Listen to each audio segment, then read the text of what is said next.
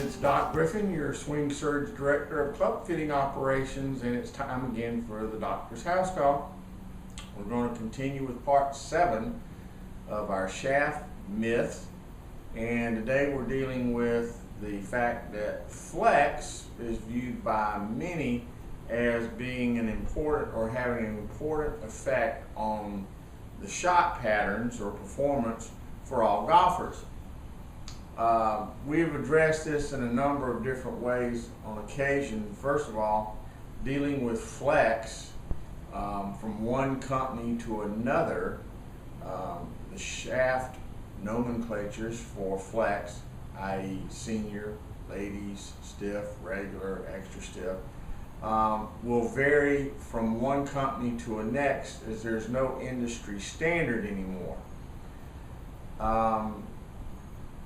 The key ingredients to a swing that have the most pronounced effects on the performance of a shaft are club head speed, the force of transition between backswing and downswing, the aggressiveness of the downswing, i.e. acceleration or deacceleration, and then lastly, but certainly not least important, is the release, or at the point that the release takes place.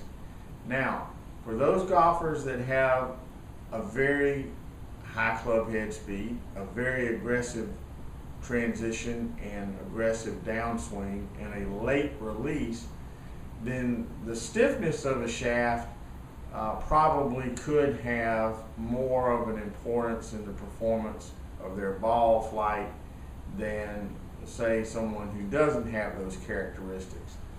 It will have more of an impact on the launch angle, the trajectory, and the spin rate of the golf ball. But for the average golfer, it's a moot point. You will not experience a whole lot of difference between one flex to another as a rule. Now, I didn't say it across the board. I said as a rule. We have preached for a long time that just like, you know, I could take a look at you as a person and isolate one part of you, say like a right arm, and just look at that right arm and think that I know who you are. Well, that's ridiculous. Of course, everybody says that's stupid. Well, you're right, it is pretty stupid. So it's also not logical to just take one aspect of a shaft, such as the vibrational frequency of the butt end of a shaft, and think you have a knowledge of how the overall total shaft performs.